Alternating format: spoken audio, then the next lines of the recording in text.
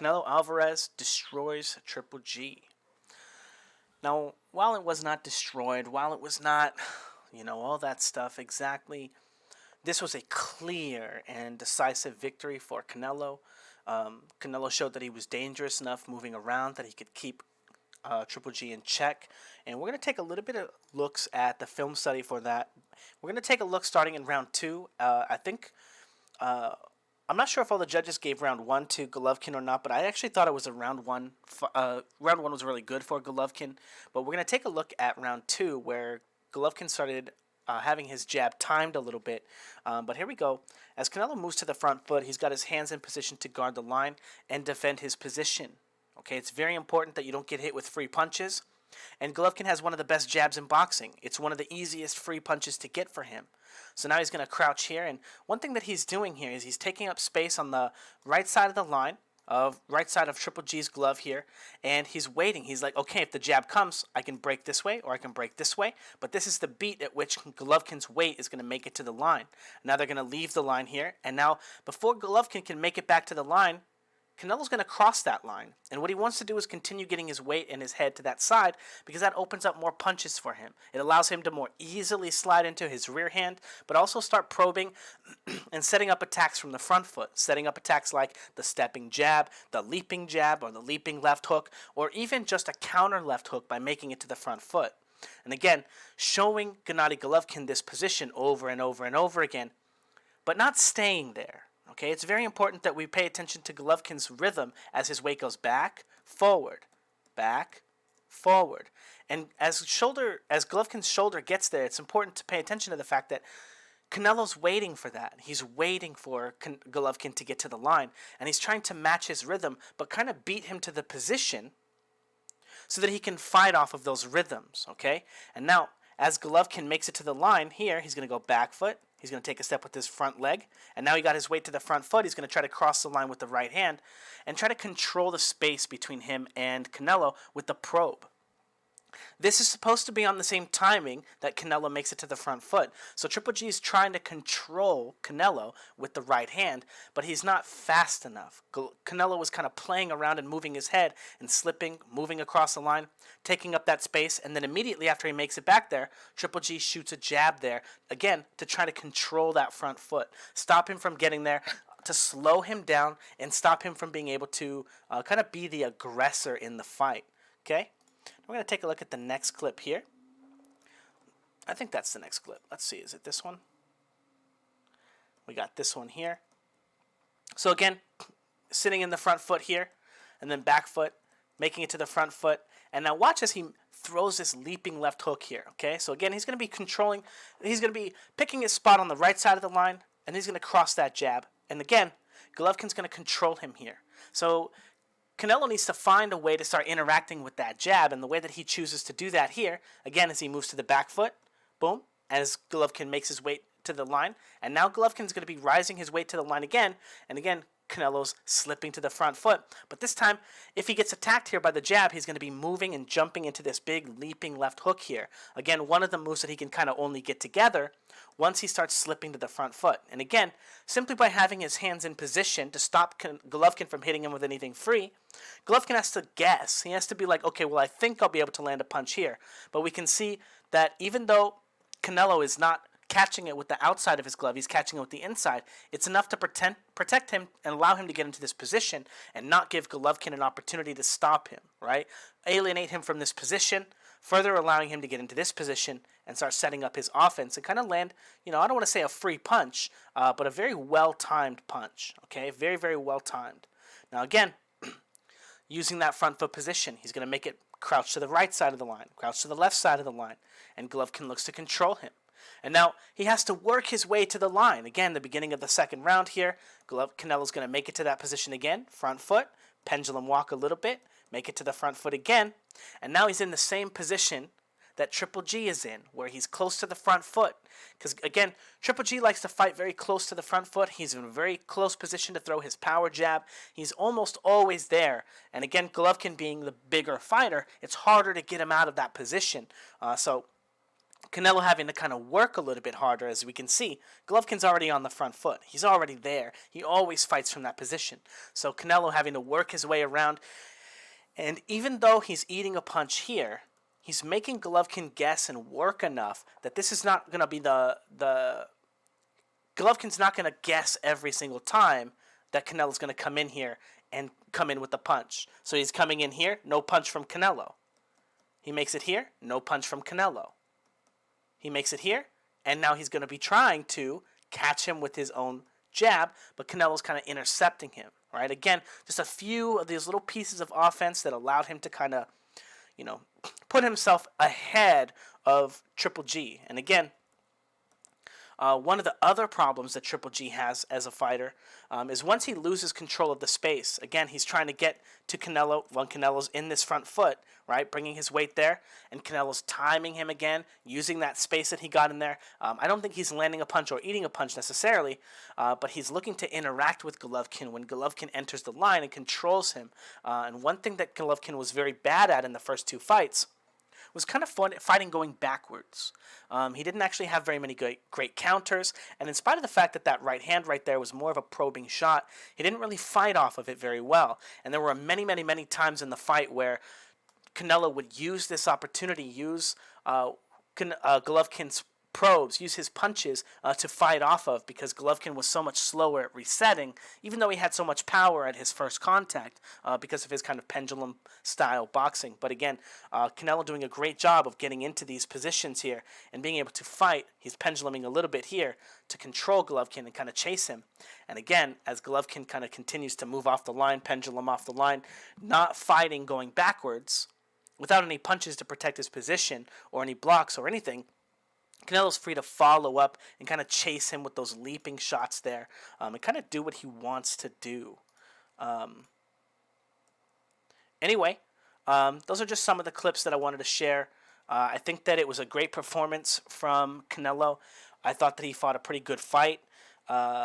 One thing that I was predicting in the pre-fight film studies on Patreon, and by the way, if you guys are interested in watching the full fight breakdown, we're going to be watching it on Patreon. It's $10 to sign up, $10 a month. Actually, we've got a lot of stuff going on with Patreon right now. A lot of really cool stuff. A couple of things coming out in a couple of weeks that I'm kind of excited about that I'll be sharing with you guys. Some really, really cool stuff, okay? Really, really cool stuff. But it was a great fight from Canelo. The thing that I predicted is Golovkin was still not very good at taking advantage of Canelo getting tired. He was still not very good at figuring out when it was that Canelo was not dangerous. Like Bivol, right? Canelo was dead tired against the ropes against Bivol, and Bivol would come in with a probe. And he didn't realize that Canelo was so tired, his technique was going to be horrible, and he wouldn't be able to defend himself, let alone counterpunch, right? Not even being able to block or keep up, simply with his head movement and his hands and his blocking. And when Canelo would get tired, he did a great job at keeping the pace, circling, keeping pressure enough on the front foot so that he could drive his weight toward the front foot and circle. Some really great opportunities. I even have a clip, but we'll be taking a look at that on and talking about that on Patreon. But yeah, I thought it was a very clear and definitive win for Canelo. And this was the one. This is the one. If Golovkin won this fight, then it's obvious that Golovkin is the better fighter. Canelo won, and I think that it's safe to say that Canelo's the better fighter now. And, I don't want to say it's like old age or nothing like that. I think that Canelo used that rhythm and that pace of getting to the line and peeling off and getting off the line and controlling and intercepting the jab, even though he wasn't always intercepting it with a punch. He was just intercepting it by catching it. Triple G not getting any value there. And then he would intercept Triple G's jab with the counter. And then Triple G's not following up. Where's the right hands? Where's the pendulum attacks? And Triple G didn't know whether it was going to be safe to pendulum in off of his jab to land his right hand. So many different things for him to think about. And I want you guys to think about that, guys, real quick, okay? And I want you to think about the fact that when you come forward on your jab and then you're fighting a guy who's always penduluming in with your right hand, what would you assume that guy does? His opponent does a lot of, if he can get away with it. I would imagine that someone fighting Triple G would try to duck below the waist a lot, and cheat. And I want to point out that Canelo did not do any of that. Okay? He fought within the confines of the rules. He fought with a great strategy. He knew where he was going to be driving and directing his opponent's punches and his opponent's efforts, and he was able to create space when he was tired. He was able to control and be the one to dictate where the line was. He did. It was a perfect fight. I mean, he made Triple G look like a shell of himself. You know, and Triple G still looked strong. Triple G still looked like he could jab your head off. But Canelo was just... his hand speed wasn't too fast. His foot speed wasn't too fast. His overall technique and positions were just better than Golovkin's. And I think that he just basically just completely outfought Golovkin. And... you know, like, when you fight a guy and he doesn't really get to throw any punches at you, and you're like, you know the guy's really good, and you're like, was it an off night? Was it this? When you have somebody like Nicholas Walters, who beat the dog shit out of Nonito Donaire, kinda. They beat the shit out of each other, right? Not kinda, you know. Mostly it was Walters whooping his ass, right? And we didn't get to see the best Donaire. And you're like, wow, his best days are behind him. Or Walters versus Loma, right? Because that was like a war, kind of, but, you know. And then you've got Walters, who had a, you know, dominating performance over Donaire, fight Loma, and not get a punch off. But we know the guy's legit. We know he's a decent fighter. But he was just too slow. Loma had too many better positions. And even though we know that Walters, if he lands a punch, and he's crafty enough to land punches, knocking out Nonito Donaire, it's not probably the hardest, but it's not easy, right? You got to hit him before he hits you. But what we saw was a kind of, and I don't want to say Loma Walters-like performance versus Triple G, but it kind of was. Canelo used his superior positions, his head placement, moving and slipping around the line to stop stop Golovkin from having a great game plan. Anyway, I still don't think that he should fight Bivol. I think it's a horrible fight for him. It'll always be a horrible fight for him. It'll just never be a good fight for him. But Canelo did a good job in this fight of fighting off of his own jab, not getting stuck on his front foot after he jabbed, having some pull counters, some moves to fight off of it to stop his opponent from being as effective countering it. But yeah, Bivol's not going to be a great fight for him. I don't think that that's something that he should be doing. Although, I do want to say that I don't think Bivol will be any better for the rematch. Even though I do think Canelo will be a little bit better in the rematch, I think there's no helping Bivol get better. None. You cannot help him get better.